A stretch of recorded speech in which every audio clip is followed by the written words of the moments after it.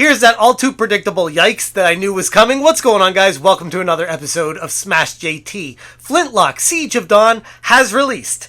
To epic failure, falling flat on its face and exploding on retail shelves into a fiery mess that nobody wants to play. Well, I shouldn't say nobody wants to play. I mean, there are those compromised journalists that I've talked about and how they have the backs of Sweet Baby Inc. because they want to make sure anything that Sweet Baby Inc. touches, that they are pushing it forward because Sweet Baby Inc. is just the most important thing in the world, and any game they work on is so important and so great that everyone needs to play it even if it's not that good. Why? Well, I mean, it's not the worst game ever. It's actually quite average. But when you consider this game's been in development hell for years, and the people behind it, A44 Games, had potential up until the point of involving Sweet Baby Inc.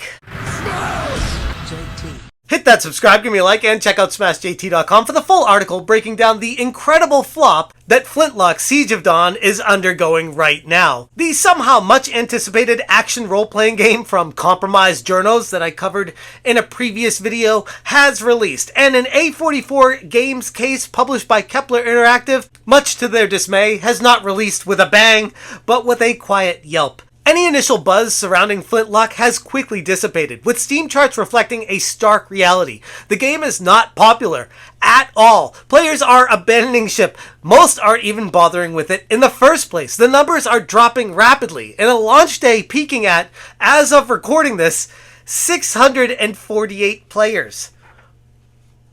648 players! For this massive game that had so much work going into it and such high expectations that everyone covering it, knowing exactly the background of it, was going to be a complete commercial failure. And I don't know how to put this nicely, but 648 people peaking on launch day for this massive release from this studio is so embarrassingly bad that it's kind of weird to even be talking about it. Like, think about it, like 648 people on Steam playing this game. That's about the same amount of people that watched my video in the first 20 minutes of launching a video. 648 people worldwide playing Flintlock is so bad that there are no words for it. And this doesn't even get into the Metacritic. We need to talk about that. Metacritic scores from reviewers paint a bleak picture as well, with the game currently sitting at a lukewarm score at around 70 or 71. The number that is steadily declining as more reviews come in.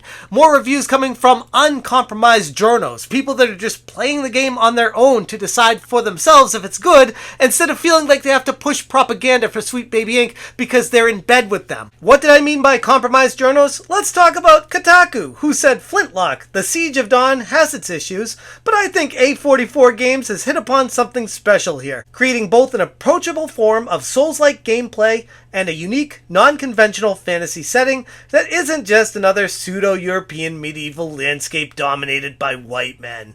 The game could have easily reached something greater with another 5 or so hours of gameplay, but what's on offer here is a low barrier to entry for a genre that is often too eager to delight in your misery. That one's by Claire Jackson of Kotaku. But compare that to other outlets that are saying that Flintlock Siege of Dawn is just not memorable. It has perfectly okay combat, but it's filled with little frustrations that bury the few innovations that work. Movement outside of combat is often unreliable and not satisfying, and it's backed up by a story that failed to grab them at any turn. They talk about how it has glimpses of good ideas, but more often than not, they never get fleshed out, and they're left feeling like very empty, that the game doesn't really present a full experience to them. Sweet Baby Inc. has solidified themselves as a curse. At this point, you are dooming your company if you sign them up to come on and consult with you. And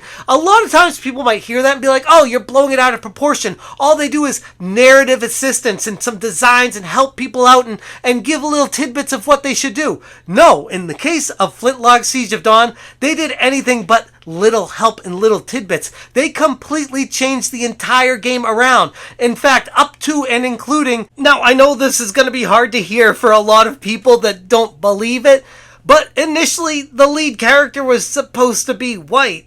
And then Sweet Baby Inc. came into the project and felt they should make them a black lead character, and then changed the entire compromise of the entire game surrounding that. Or at least, if rumors about this are to be believed. Many folks saying, why the hell would I even bother playing this game if it's just a generic action role-playing game where there's a dime a dozen, millions of those out there to play right now, my backlog is long as hell, why would I bother with this game? Which is exactly the conclusion that so many gamers have come to when it came to buying or playing this game. There's just no reason or demand to do so, and honestly it's unfortunate because it's a new IP, and that's something that we're always, as gamers, or at least myself, clamoring for. Instead of rehashing remakes and sequels to everything we already know, how about something fresh and new that doesn't involve some sort of consultancy company injecting a DEI agenda into a game? How about just making a new IP, a new title, without needing them? Grums on Twitter said, SBI game Flintlock has launched to very poor Steam stats. Only 607 players, where other older games are doing much better at this hour. The game is already discounted 10% on the launch day. Kabrutus said, today is the launch day of Flintlock, The Siege of Dawn, a game tainted by Sweet Baby Inc. And, to no one's surprise, it is tanking hard on Steam. Keep voting with your wallets. This is not the first time, nor is it going to be the last time that we've seen Sweet Baby Inc. not just involve themselves with a game's design process, but ultimately tank it at retail shelves because they are not good at what they do.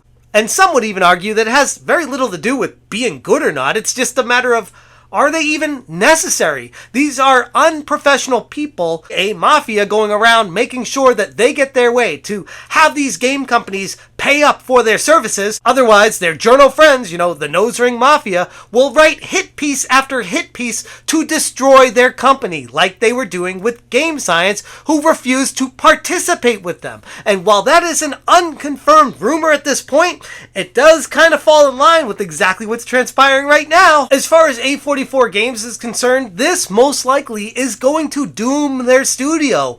They can't survive a massive critical failure on top of all the behind the scenes garbage that was going on leading up to release day. This is an epic fail on a grand scale in front of everyone to see. And unfortunately, some people might be really hard developers working really hard on this game behind the scenes, but because they involved narrative design like Sweet Baby Inc. and impacted the game to a point of catastrophic failure, they really have no one to blame but themselves when they ultimately close up shop. At least that's the way I'm seeing this. As far as Flintlock Siege of Dawn is concerned, looks to be just another generic action RPG that had potential. I'll be honest, generally it looked interesting, but as far as the gameplay, reviews, and storyline have come out about it, nope, not even worth wasting my time on it. I've gone through all these Metacritic reviews and wanted to give it an honest shot. I genuinely did, but I can't help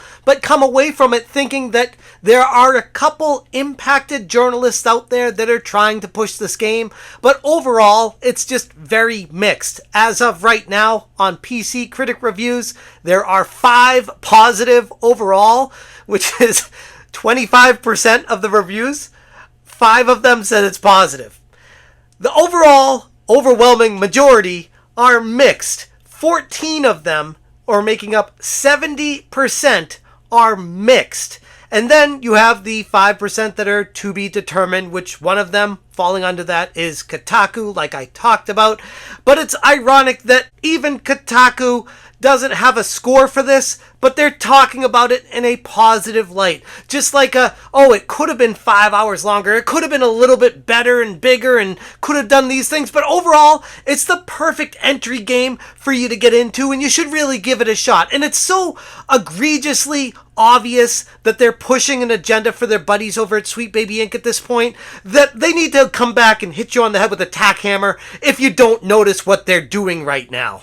I'm going to leave it there. If you guys want more information, check out smashjt.com for the full article. I will link it in the description below. If you appreciate what I'm doing, please consider hitting that join button. Thank you so much for watching, and as always, you stay smashing. Smash,